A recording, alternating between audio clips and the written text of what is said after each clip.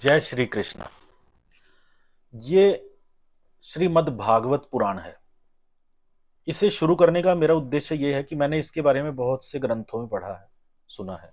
तो जो भागवत लोग होते हैं, जो विष्णु को मानने वाले हैं, जो कृष्ण को मानने वाले हैं, जो राम को मानने वाले हैं, उनको ये अध्याय जरूर पढ़ना चाहिए, ये ग्रंथ जरूर पढ़ना चाहिए। मद भागवत महात्म्य है ये। इसको पढ़ने के अनेक लाभ यहाँ पीछे शुरू में लिख रखे हैं। विधि विधान से पढ़ने के बारे में इसमें बताया गया है, परंतु हमारे पास बहुत से साधनों का अभाव है, समय का अभाव है। इसलिए मैं इसको आज शुरू कर रहा हूं और जैसे मैं इस समय बैठा हूं वैसे ही मैं आपको ये पढ़कर सुनाऊंगा। और इसको श्रवण मात्र से, इसके श्रवण मात्र से आपकी विशिष्ट मनोकामनाएं पूरी हो सकती हैं। आपकी कलयुग की कितनी इच्छाएं जो अधूरी थी वो पूरी हो सकती हैं। पितृदोष दूर हो सकते हैं। बहुत सारे फल, अक्षय कीर्ति आपको मिल सकती है।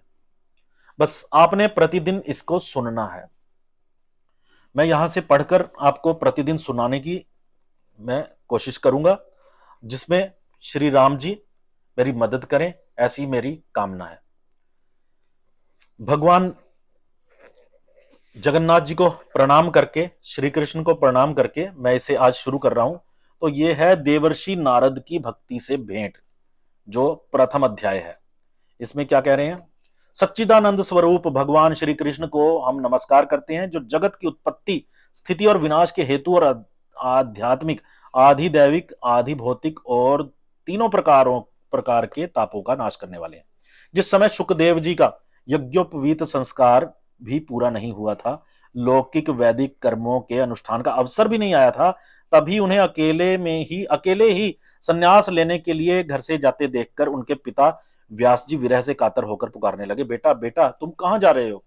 उस समय पर वृक्षों ने तन्मय होने के कारण, उस समय वृक्षों ने तन्मय होने के कारण श्री सुखदेव जी की ओर से उत्तर दिया था, ऐसे सर्वभूत हृदय स्वरूप श्री सुखदेव मुनि जी को मैं नमस्कार करता हूं। एक बार भगवत कथामृत का रसास्वादन करने में कुशल मुनिवर शौनक जी ने नैमिषारण्य क्षेत्र में विराजमान महामती सूत जी को नमस्कार करके उनसे पूछा। शौनक जी बोले, सूत जी, आपका ज्ञान अज्ञान अंधकार को नष्ट करने के लिए करोड़ों सूर्यों के समान है। आप हमारे कानों के लिए रसायन अमृत स्वरूप सार गर्भित कथा कहिए। भक्ति, ज्ञान और वैराग्य से प्राप्त होने वाले महान विवेक की वृद्धि किस प्रकार होती है, तथा वैष्णव लोग किस तरह इस माया मोह से अपना पीछा छुड़ाते हैं। इस घोर कलिकाल में जीव प्राय आसुरी स्वभाव के हो गए हैं। विभिन्न क्लेशों से आक्रांत इस जीव को शुद्ध बनाने का सर्वश्रेष्ठ उपाय क्या है? तो सूत जी, आप हमें कोई ऐसा उपाय, ऐसा शाश्वत साधन बताइए जो सबसे अधिक कल्याणकारी और पवित्र करने वालों में भी पवित्र हो, तथा जो भगवान श्री कृष्ण की प्राप्ति करा दे। चिंतामणि केवल लौकिक सुख दे सकती है और कल्प वृक्ष अधिक से अधिक स्वर्गीय संपत्ति दे सकता है, परंतु गुरुदेव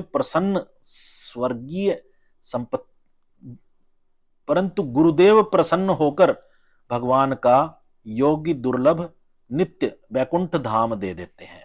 सूत जी ने कहा, शौनक जी, तुम्हारे हृदय में भगवान का प्रेम है, इसलिए मैं विचार कर तुम्हें संपूर्ण सिद्धांतों का निष्कर्ष सुनाता हूं, जो जन्म, मृत्यु और भय का नाश कर देता है, जो भक्ति के प्रवाह को बढ़ाता है और भगवान श्री कृष्ण की प्रसन्नता का प्रधान कारण है। मैं तुम्हें वह साधन बतलाता हूं, उसे सावधान होकर सुनो। श्री सुखदेव जी ने कलयुग में जीवों के काल रूपी सर्प के मुख का ग्रास होने के त्रास का अत्यंतिक नाश करने के लिए श्रीमद् भागवत शास्त्र का प्रवचन किया है। मन की शुद्धि के लिए इससे बढ़कर कोई साधन नहीं है। जब मनुष्य के जन्म जन्मांतर का पुण्य उदय होता है, तभी उसे इस भगवत शास्त्र की प्राप्ति होती है। जब सुखदेव जी राजा परीक्षित को यह कथा सुनाने के लिए सभा में विराजमान हुए, तब देवता लोग उनके पास अमृत का कलश लेकर आए। देवता अपना काम बनाने में बड़े कुशल होते हैं, अतः यहां भी सबने सुखदेव मुनि को नमस्कार करके कहा कि आप यह अमृत लेकर बदले में हमें कथामृत दान दे दीजिए। तो समझे आप कि इस कथा का श्रवण करने मात्र से आपको अमृत की प्राप्ति होती है, अमृत के फल की प्राप्ति होती है। तो इस प्रकार परस्पर विनिमय अदला बदली यानी कि हो जाने पर राजा परीक्षित अमृत का पान करें और हम सब श्रीमद् भागवत स्वरूप अमृत का पान करेंगे। इस संसार में कहां कांच और कहां महामूल्य मणि और कहां सुधा और कहां कथा। श्री सुखदेव जी ने यह सोचकर उस समय देवताओं की हंसी उड़ा दी। उन्हें भक्ति शून्य कथा का अनाधिकारी जानकर कथामृत का दान नहीं किया। इस प्रकार यह श्रीमद् भागवत कथा देवताओं को भी दुर्लभ है। उन्होंने देवताओं को भी नहीं सुनाई, अमृत लेकर भी नहीं सुनाई, इसलिए सबको दुर्लभ है। पूर्व काल में श्रीमद् भागवत के श्रवण से ही राजा परीक्षित की मुक्ति देखकर ब्रह्मा जी को भी बड़ा आश्चर्य हुआ था। उन्होंने सत्यलोक में तराजू बांधकर सब साधनों को तोला। अन्य सभी साधन तोल में हल्के पड़ गए। अपने महत्व के कारण भागवत ही सबसे भारी रहा। यह देखकर सभी ऋषियों को बड़ा विस्मय हुआ। उन्होंने कलयुग में इस भगवत रूप भगवत शास्त्र को ही पढ़ने सुनने से तत्काल मोक्ष देने वाला निश्चय किया। सप्ताह विधि से श्रवण करने पर यह निश्चित भक्ति प्रदान करता है। पूर्व काल में इसे दयापरायण सनक आदि ने देवर्षि नारद को सुनाया था। यद्यपि देवर्षि ने पहले ब्रह्मा जी के मुख से इसे श्रवण कर लिया था, तथापि सप्ताह श्रवण की विधि तो उन्हें सनक आदि ने ही बताई थी। शौनक जी ने पूछा कि सांसारिक प्रपंच से मुक्त एवं विचरणशील नारद का सनक आदि के साथ संयोग कहां हुआ और विधि विधान के श्रवण में उनकी प्रीति कैसे हुई। सूत जी ने कहा, अब मैं तुम्हें यह भक्तिपूर्ण कथानक सुनाता हूं जो श्री सुखदेव जी ने मुझे अपना अनन्य शिष्य जानकर एकांत में सुनाया था। एक दिन विशालापुरी में वे चारों निर्मल ऋषि सत्संग के लिए आए। वहां उन्होंने नारद जी को देखा। सनक आदि ने पूछा, ब्राह्मण, आपका मुख उदास क्यों हो रहा है? आप चिंतातुर कैसे हैं? इतनी जल्दी जल्दी आप कहां जा रहे हैं और आपका आगमन कहां से हो रहा है? इस समय तो आप उस पुरुष के समान व्याकुल जान पड़ते हैं जिसका सारा धन लुट गया हो। आप जैसे आसक्ति रहित पुरुषों के लिए यह उचित नहीं है। इसका कारण बताइए। तो नारद जी ने कहा, मैं सर्वोत्तम लोक समझकर पृथ्वी में आया था। यहाँ पुष्कर, प्रयाग, काशी, गोदावरी, नासिक, हरिद्वार, कुरुक्षेत्र, श्रीरंग और सेतुबंध आदि कई तीर्थों में इधर उधर विचरता रहा, किंतु मुझे कहीं भी मन को संतोष देने वाली शांति नहीं मिली। इस समय अधर्म के सहायक कलयुग ने सारी पृथ्वी को पीड़ित कर रखा है। अब यहां सत्य, तप, शौच, बाहर भीतर की पवित्रता को शौच कहते हैं, दया, दान आदि कुछ भी नहीं है। बेचारे जीव केवल अपना पेट पालने में लगे हुए हैं। वे असत्यभाषी, आलसी, मंदबुद्धि, भाग्यहीन, उपद्रवग्रस्त हो गए हैं। जो साधु संत कहे जाते हैं वे पूरे पाखंडी हो गए हैं। देखने में तो विरक्त हैं, परंतु स्त्री धन आदि सभी का परिग्रह करते हैं। घरों में स्त्रियों का राज्य है, साले सलाहकार बने हुए हैं और लोभ से लोग कन्या विक्रय करते हैं, यानी कि कन्याओं को बेचते हैं, और स्त्री पुरुषों में कलह मचा रहता है। महात्माओं के आश्रम, तीर्थ और नदियों पर यवनों, विधर्मियों का अधिकार हो गया है। उन दुष्टों ने बहुत से देवालयों को भी नष्ट कर दिए हैं। इस समय यहाँ ना तो कोई योगी है, ना सिद्ध है, ना ज्ञानी है, और ना ही सत्कर्म करने वाला ही कोई है। सारे साधन इस समय कली रूप दावानल से जलकर भस्म हो गए हैं। इस कलयुग में सभी देशवासी बाजारों में अन्न बेचने लगे हैं। ब्राह्मण लोग पैसा लेकर वेद पढ़ाते हैं और स्त्रियां वेश्यावृत्ति से निर्वाह करने लगी हैं। इस तरह कलयुग में दोष देखता और पृथ्वी पर विचरता हुआ मैं यमुना जी के तट पर पहुंचा और यहाँ भगवान श्री कृष्ण की अनेक लीलाएं हो चुकी हैं। मुनिवर सुनिए, वहां मैंने एक बड़ा आश्चर्य देखा। वहां एक युवती स्त्री खिन्न मन से बैठी थी। उसके पास दो वृद्ध पुरुष अचेत अवस्था में पड़े जोर जोर से सांस ले रहे थे। वह तरुणी उनकी सेवा करती हुई कभी उन्हें चेत करने का प्रयत्न करती और कभी उनके आगे रोने लगती। वह अपने शरीर के रक्षक परमात्मा को दसों दिशाओं में देख रही थी। उसके चारों ओर सैकड़ों स्त्रियां उसे पंखा जल रही थी और बार बार समझाती जाती थी। दूर से वह सब चरित्र देखकर मैं कुतूहलवश उसके पास गया। मुझे देखकर वह युवती खड़ी हो गई और बड़ी व्याकुल होकर कहने लगी। युवती ने कहा, अजी महात्मा जी, क्षण भर ठहर जाइए और मेरी चिंता को भी नष्ट कर दीजिए। आपका दर्शन तो संसार के सभी पापों को सर्वथा नष्ट करने वाला है। आपके वचनों से मेरे दुख की भी बहुत बड़ी शांति हो जाएगी। मनुष्य का जब बड़ा भाग्य उदय होता है तभी आपके दर्शन हुआ करते हैं। नारद जी कहते हैं, तब मैंने उस स्त्री से पूछा, देवी तुम कौन हो? ये दोनों पुरुष तुम्हारे क्या होते हैं और तुम्हारे पास ये कमल नयनी देवियां कौन है? तुम हमें विस्तार से अपने दुख का कारण बताओ। युवती ने कहा, मेरा नाम भक्ति है। ये ज्ञान और वैराग्य नामक मेरे दो पुत्र हैं। समय के फेर से ये ऐसे जर्जर हो गए हैं और ये देवियां गंगा जी आदि नदियां हैं। ये सब मेरी सेवा करने के लिए ही आई थी। इस प्रकार साक्षात देवियों के द्वारा सेवित होने पर भी मुझे सुख शांति नहीं है। तपोधन, अब ध्यान देकर मेरा वृत्तांत सुनिए। मेरी कथा वैसे तो प्रसिद्ध है, फिर भी मैं इसे सुनकर आप मुझे फिर भी उसे सुनकर आप मुझे शांति प्रदान करें।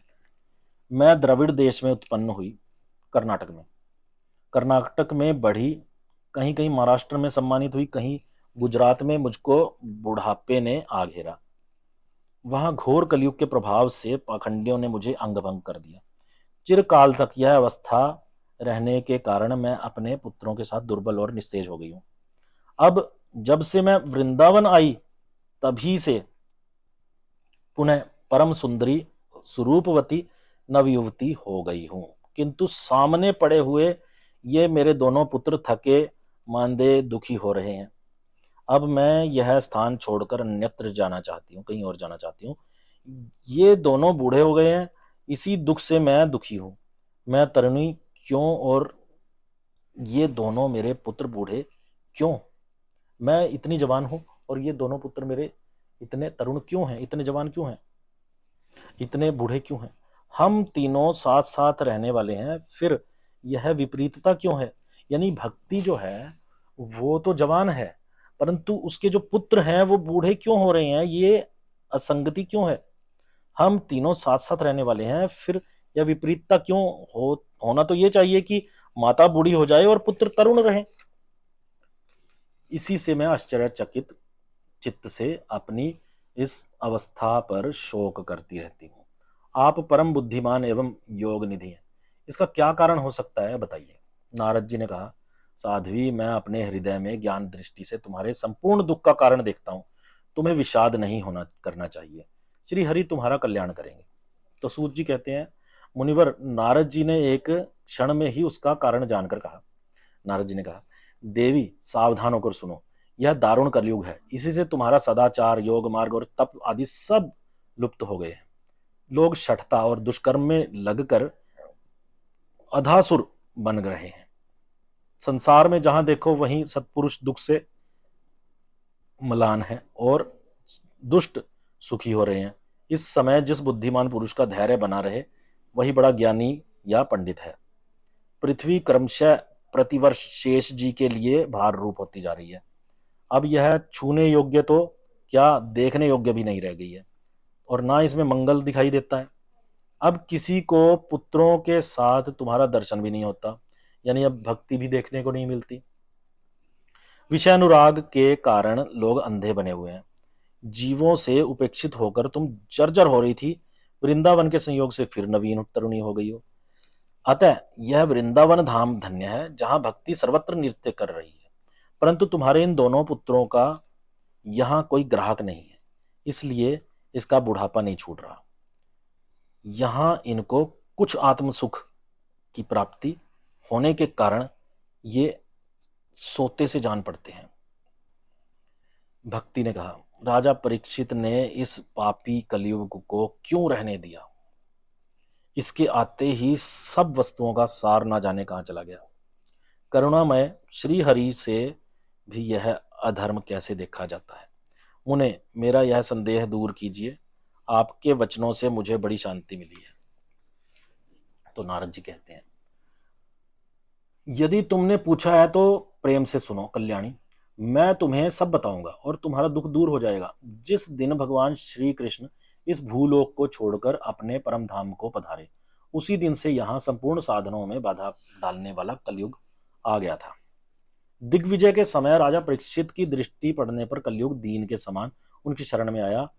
भ्रमर के समान सारग्रही राजा ने यह निश्चय किया कि इसका वध मुझे नहीं करना चाहिए, क्योंकि जो फल तपस्या, योग एवं समाधि से भी नहीं मिलता, कलयुग में वही फल हरि कीर्तन से भली भांति मिल जाता है।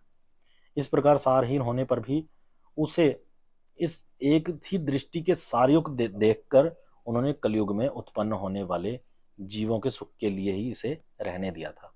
उन्होंने क्षमा कर दिया। इस समय लोगों के कुकर्म में प्रवृत्त होने के कारण सभी वस्तुओं का सार निकल गया है और पृथ्वी के सारे पदार्थ बीजहीन भूसी के समान हो गए।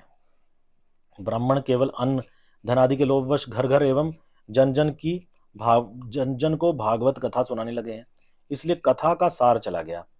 तीर्थों में नाना प्रकार के अत्यंत घोर कर्म करने वाले नास्तिक और नारकीय पुरुष भी रहने लगे हैं। इसलिए तीर्थों का भी प्रभाव जाता रहा।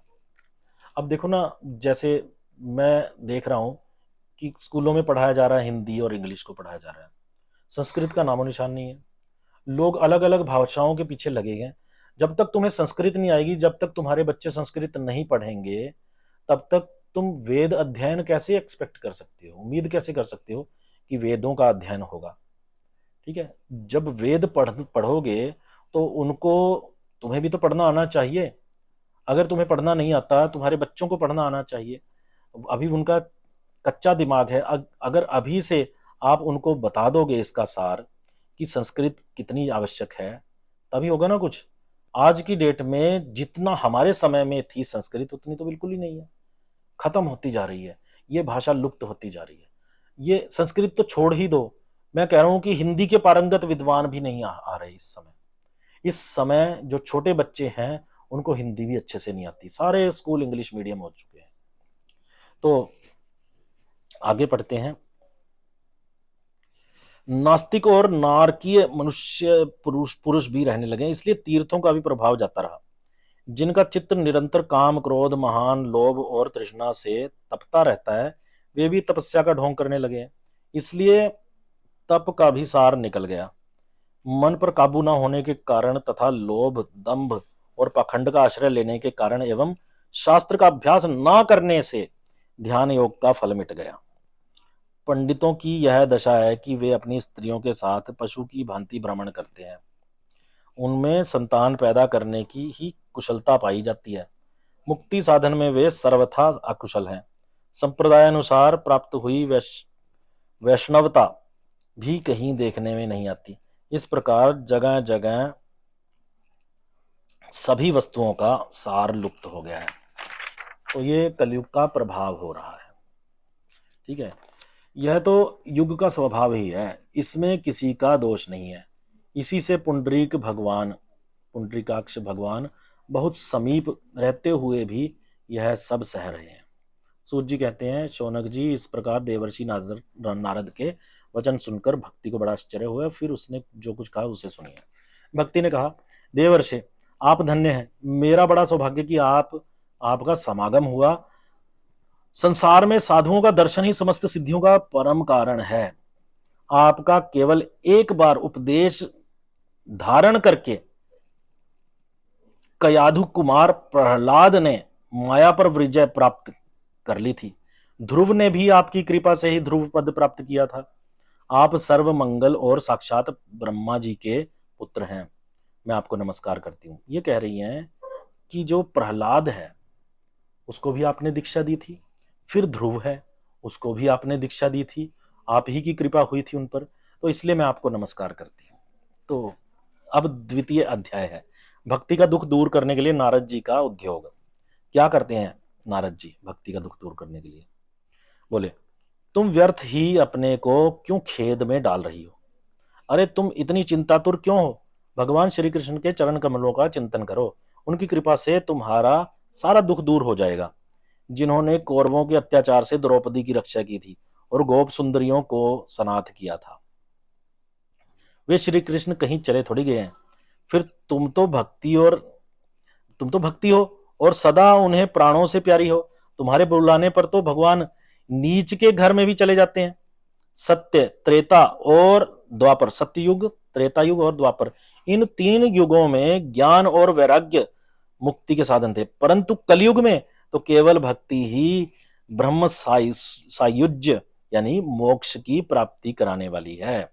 यह सोचकर श्री परमानंद चिंतामूर्ति ज्ञान स्वरूप श्री हरि ने अपने सत्व स्वरूप से तुम्हें रचा है। तुम साक्षात श्री कृष्ण चंद्र की प्रिया और परम सुंदरी हो। एक बार जब तुमने हाथ जोड़कर पूछा था कि मैं क्या करूं, तब भगवान ने तुम्हें यही आज्ञा दी थी कि मेरे भक्तों का पोषण करो। तुमने भगवान की वह आज्ञा स्वीकार कर ली। इससे तुम पर श्री हरि बहुत प्रसन्न हुए और तुम्हारी सेवा करने के लिए मुक्ति को तुम्हें दासी के रूप में दे दिया। यानी जो भक्ति है उसकी दासी है मुक्ति, और इन ज्ञान वैराग्य को पुत्रों के रूप में दे दिया। ज्ञान और वैराग्य ये दो पुत्र दे दिए। तुम अपने साक्षात स्वरूप से बैकुंठ धाम में ही भक्तों का पोषण करती हो। भूलोक में तो तुम्हारे उनकी पुष्टि के लिए केवल छाया रूप धारण कर रखा है। भूलोक में तुमने उनकी पुष्टि के लिए केवल छाया रूप धारण कर रखा है। तब तुम मुक्ति, ज्ञान और वैराग्य को साथ लिए पृथ्वी तल पर आई और सत्य युग से द्वापर पर्यंत बड़े आनंद से रही। कलयुग में तुम्हारी दासी मुक्ति पाखंड रूप रोग से पीड़ित होकर क्षीण होने लगी, इसलिए वह तो तुरंत ही तुम्हारी आज्ञा से बैकुंठ लोक को चली गई। मुक्ति तो चली गई है बैकुंठ लोक को। इस लोक में भी तुम्हारे स्मरण करने मात्र से वह आती है और फिर चली जाती है। यानी मुक्ति जो है, मुक्ति आती है फिर चली जाती है, किंतु इस वैराग्य और ज्ञान को तुमने पुत्र मानकर अपने पास ही रख छोड़ा है। फिर भी कलयुग में इनकी उपेक्षा होने के कारण तुम्हारे ये पुत्र उत्साहहीन और वृद्ध हो गए हैं। देखो, कारण बता दिया ना नारद जी ने कि क्यों वृद्ध हैं। फिर भी तुम चिंता ना करो, मैं इनके नवजीवन का उपाय सोचता हूं। सुमुखी, कली के समान कोई भी युग नहीं है। इस युग में तो मैं तुम्हें घर घर में प्रत्येक पुरुष के हृदय में स्थापित कर दूंगा। देखो, अन्य सब धर्मों को दबाकर और भक्ति विषयक महोत्सवों को आगे रखकर यदि मैंने लोक में तुम्हारा प्रचार न किया तो मैं श्री हरि का दास नहीं। यह आश्वासन दे दिया भगवान नारद जी ने। इस कलयुग में तो जीव तुमसे युक्त होंगे। वे पापी होने पर भी बेखटके भगवान श्री कृष्ण के अभय धाम को प्राप्त होंगे। जिनके हृदय में निरंतर प्रेम रूपिणी भक्ति निवास करती है, वे शुद्धांतकरण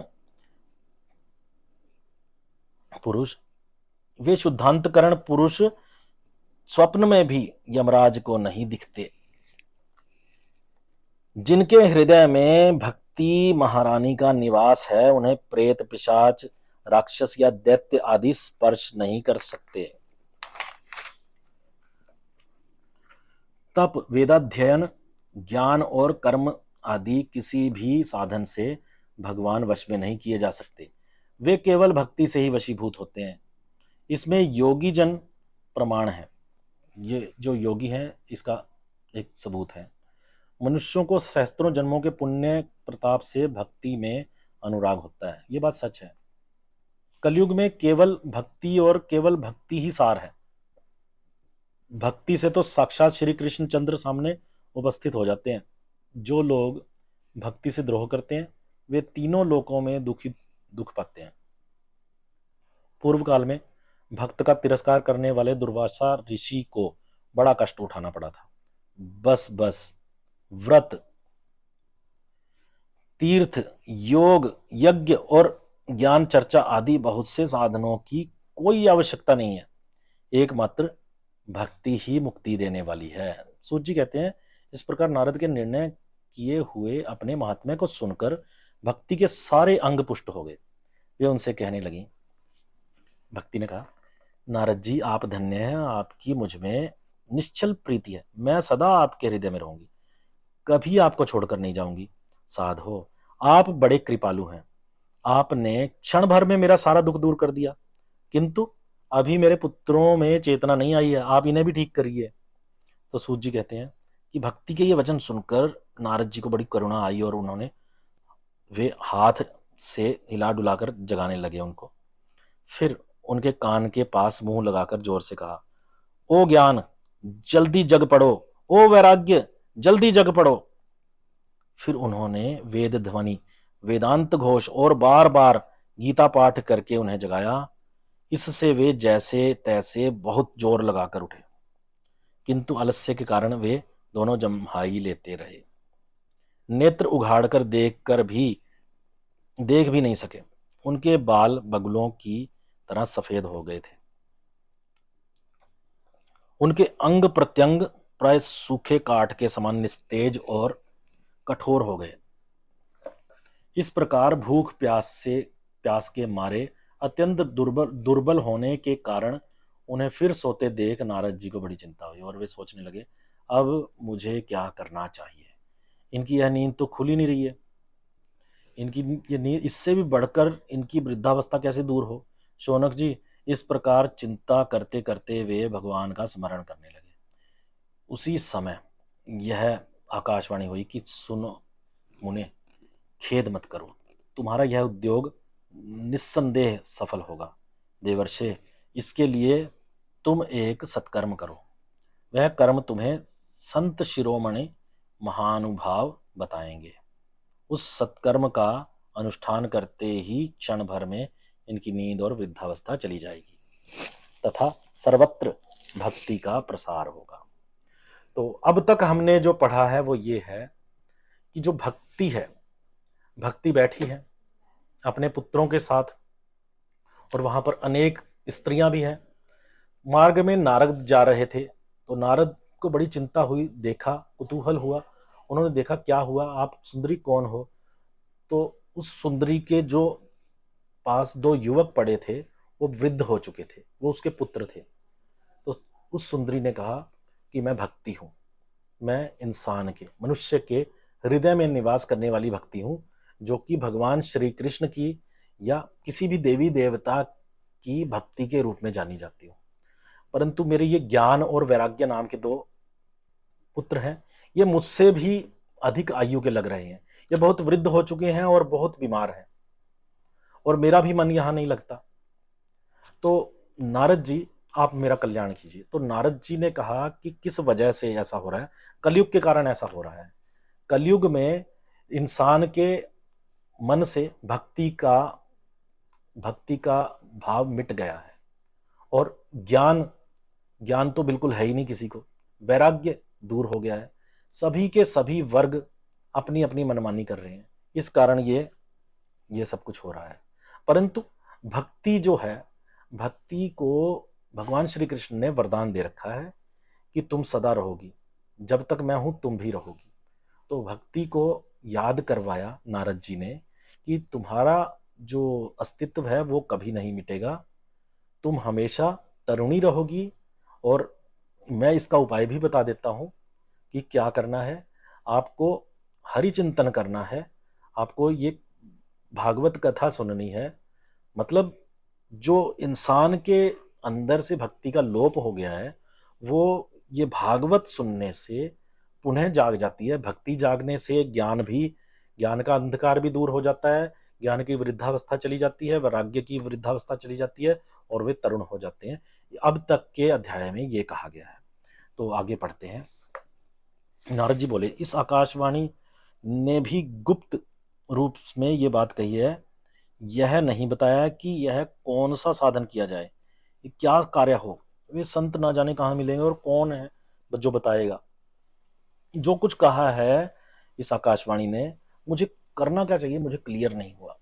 सूत जी कहते हैं, शौनक जी, तब ज्ञान और वैराग्य दोनों को कहीं वहीं छोड़कर नारद मुनि वहां से चल दिए और प्रत्येक तीर्थ में जा जाकर मार्ग में मिलने वाले मुनीश्वरों से वह साधन पूछने लगे। उनकी उस बात को सुनते तो सब थे, किंतु उनके विषय में कोई जानता नहीं था, कोई उत्तर नहीं देता था। किसी ने उसको असाध्य बताया, कोई बोले उसका ठीक ठीक पता नहीं लगाया जा सकता, कोई सुनकर चुप ही हो गया, कोई कोई तो अपनी अवज्ञा होने के कारण रूठ गए और कोई कोई तो अपनी अवज्ञा होने के भय से बात को टाल गए और वहां से खिसक लिए। तो त्रिलोकी में महान आश्चर्यजनक हाहाकार मच गया। लोग आपस में कानाफूसी करने लगे। भाई, जब वेद ध्वनि, वेदांत घोष और बार बार गीता पाठ सुनाने पर भी भक्ति, ज्ञान और वैराग्य ये तीनों नहीं जगाए जा सके, तब कोई और उपाय नहीं है। स्वयं योगी राज नारद को भी जिसका ज्ञान नहीं है, उसे दूसरे लोग कैसे बता सकते हैं। इस प्रकार जिन जिन ऋषियों से उसके बारे में पूछते गए, सभी ने कहा कि भाई ये हमें नहीं पता। तब नारद जी बहुत चिंतातुर हुए और बद्रीजन में आ गए। बद्रीवन, ज्ञान वैराग्य को जगाने के लिए उन्होंने वहां निश्चय किया कि मैं ये करूंगा। उसी समय उन्हें अपने सामने करोड़ों सूर्यों के समान तेजस्वी सनक आदि मुनीश्वर दिखाई दिए। सनक आदि मुनि दिखाई दिए। उन्हें देखकर वे मुनि श्रेष्ठ कहने लगे। नारद जी ने कहा, महात्मो, इस समय बड़े भाग्य से मेरा आप लोगों के साथ समागम हुआ है। आप मुझ पर कृपा करके वह शीघ्र ही वह साधन बताइए जो आकाशवाणी हुई थी। आप सभी लोग बड़े योगी, बुद्धिमान और विद्वान हैं। आप देखने में 5-5 वर्ष के बालक से जान पड़ते हैं, किंतु है पूर्वजों के भी पूर्वज। आप लोग सदा वैकुंठ धाम में निवास करते हैं, निरंतर हरि कीर्तन में तत्पर रहते हैं, भगवान लीला अमृत का रसास्वादन करते रहते हैं, उसी में उन्नत रहते हैं और एकमात्र भगवत कथा ही आपका जीवन का आधार है। हरि शरणम, भगवान ही हमारे रक्षक हैं। यह वाक्य सर्वथा आपके मुख में रहता है। इसी से काल प्रेरित वृद्धावस्था भी आपको बाधा नहीं पहुंचाती। पूर्व काल में आपके भ्रूभर्ग मात्र से भगवान विष्णु के द्वारपाल जय और विजय तुरंत पृथ्वी पर गिर गए थे और फिर आपकी ही कृपा से वे पुनः वैकुंठ लोक को पहुंच गए। धन्य है, इस समय आपका दर्शन बड़े सौभाग्य से हुआ है। मैं बहुत दीन हूं, आप लोग स्वभाव से ही दयालु हैं, इसलिए मुझ पर आपको अवश्य कृपा करनी चाहिए। तो नारद जी कितने व्यग्र हैं, इस संसार के लिए कितने व्यग्र हैं कि संसार को कलयुग के दोष से मुक्ति देना चाहते हैं भक्ति के माध्यम से। बताइए, आकाशवाणी ने जिस विषय में कहा वह कौन सा साधन है और मुझे किस प्रकार उसका अनुष्ठान करना चाहिए? आप इसका विस्तार से वर्णन कीजिए। भक्ति, ज्ञान और वैराग्य को किस प्रकार सुख मिल सकता है और किस तरह इनकी प्रेम पूर्वक सब वर्णों में प्रतिष्ठा की जा सकती है। सनकादि ने कहा, देवर्षि, आप चिंता न करें, आप मन में प्रसन्न हो। उनके उद्धार का एक सरल उपाय पहले से ही विद्यमान है। नारद जी, आप धन्य हैं। आप विरक्तों के शिरोमणि हैं, श्री कृष्ण दासों के शाश्वत पथ प्रदर्शक एवं भक्ति योग के भास्कर हैं। आप भक्ति के लिए जो उद्योग कर रहे हैं, यह आपके लिए कोई आश्चर्य की बात नहीं है। भगवान के भक्त के लिए तो भक्ति की सम्यक स्थापना करना सदा ही उचित है। ऋषियों में संसार में आपको अनेकों मार्ग प्रकट किए, आप ही ने अनेकों मार्ग प्रकट किए हैं ऋषियों ने, किंतु वे सभी कष्ट साध्य हैं और परिणाम में प्राय स्वर्ग की ही प्राप्ति कराते हैं। अभी तक भगवान की प्राप्ति कराने वाला मार्ग तो गुप्त ही रहा है। उसका उपदेश कराने वाला पुरुष प्राय भाग्य से ही मिलता है। आपको आकाशवाणी ने जिस सत्कर्म का संकेत किया उसे हम बतलाते हैं। आप प्रसन्न और समाहित चित्त होकर सुनिए। तो इस प्रकार सनकादि मुनि उनको बताना प्रारंभ करते हैं। नारद जी, द्रव्य यज्ञ, तपोयज्ञ, योग यज्ञ और स्वाध्याय रूप ज्ञान यज्ञ, ये सब तो स्वर्गादिक की प्राप्ति कराने वाले कर्म की ओर ही संकेत करते हैं। पंडितों ने ज्ञान यज्ञ को ही सत्कर्म यानी मुक्तिदायक कर्म का सूचक माना है। यह श्रीमद् भागवत का पारायण है जिसका गान शुक आदि महानुभावों ने किया है। उसके शब्द सुनने से ही भक्ति, ज्ञान और वैराग्य को बड़ा बल मिलेगा। इससे ज्ञान वैराग्य का कष्ट मिट जाएगा और भक्ति को आनंद मिलेगा। सिंह की गर्जना सुनकर जैसे भेड़िए भाग जाते हैं, उसी प्रकार श्रीमद् भागवत की ध्वनि से कलयुग के सारे दोष नष्ट हो जाएंगे। तो ये जो मद् भागवत पुराण है, इसके सुनने मात्र से आपको कितने बड़े यश, कीर्ति और लोक प्राप्त होने वाले हैं, इसका वर्णन किया जा रहा है। तब प्रेम से प्रवाहित करने वाली भक्ति, ज्ञान और वैराग्य को साथ लेकर प्रत्येक घर और व्यक्ति के हृदय में क्रीड़ा। ठीक है। नारद जी ने कहा, मैंने वेद वेदांत की ध्वनि और गीता का पाठ करके उन्हें बहुत जगाया, किंतु ये जागे ही नहीं। ऐसी स्थिति में मद् भागवत सुनाने से वे कैसे जगेंगे? क्योंकि उस कथा के प्रत्येक श्लोक, प्रत्येक पद में वेदों का ही तो सारांश है। आप लोग शरणागत वत्सल हैं तथा आपका दर्शन कभी व्यर्थ नहीं होता, इसलिए मेरा संदेह दूर कीजिए, इस कार्य में विलंब न कीजिए, जल्दी बताइए। श्रीमद् भागवत कथा वेद और उपनिषदों के सार से बनी है, इसलिए तो उससे अलग उनकी फल रूपा होने के कारण यह बड़ी उत्तम जान पड़ती है। जिस प्रकार रस वृक्ष की जड़ से लेकर शाखा पर्यंत रहता है, किंतु इस स्थिति में भी उसका आस्वादन नहीं किया जा सकता, वही जब अलग होकर फल के रूप में आ जाता है, तब संसार में सभी को प्रिय लगने लगता है। दूध में भी घी रहता ही है, किंतु उस समय उसका स्वाद अलग नहीं मिलता। ठीक है। वही जब उससे अलग हो जाता है, तब देवताओं के और छोर और बीच में भी व्याप्त। देखो, वही जब उससे अलग हो जाता है, तब देवताओं के लिए भी स्वादवर्धक हो जाता है। खांड ईख के और छोर और बीच में व्याप्त रहती है, तथापि अलग अलग होने पर उसकी कुछ और ही मिठास होती है। ऐसी ही यह भागवत कथा है। यह भागवत पुराण वेदों के समान है। श्री व्यासदेव जी ने इसे भक्ति, ज्ञान और वैराग्य की स्थापना के लिए प्रकाशित किया।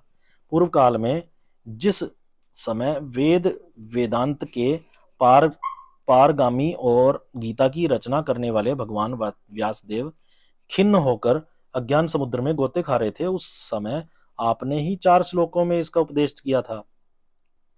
उसे सुनते ही सारी चिंता दूर हो गई। फिर इसमें आपको आश्चर्य क्यों नहीं हो रहा है? क्यों हो रहा है? जो आप हमसे प्रश्न कर रहे हैं, आपको उन्हें शोक और दुख का विनाश करने वाला श्रीमद् भागवत पुराण ही सुनाना चाहिए। अर्थात नारद जी, ये जो मद् भागवत पुराण है, यही है जो भक्ति, ज्ञान और वैराग्य को जगाएगा। नारद जी ने कहा, महानुभावो, आपका दर्शन जीव के संपूर्ण पापों का तत्काल नष्ट कर देता है और जो संसार दुख रूप दावानल से तपे हुए हैं, उन पर शीघ्र ही शांति की वर्षा करता है। आप निरंतर शेष जी के सहस्त्र मुखों से पाए हुए भगवत कथामृत का ही पान करते रहते हैं। मैं प्रेम लक्ष्मणा भक्ति का प्रकाश करने के उद्देश्य से आपकी शरण लेता हूं। जब अनेकों जन्मों के संचित पुण्य पुंज का उदय होने से मनुष्य को सत्संग मिलता है, तब वह उसके अज्ञान जनित मोह और मदरूप अंधकार का नाश करके विवेक उदय होता है। तो अब ये तीसरा अध्याय शुरू हो गया, भक्ति के कष्ट की निवृत्ति, जो कि हम अगले एपिसोड में करेंगे। जय श्री कृष्णा।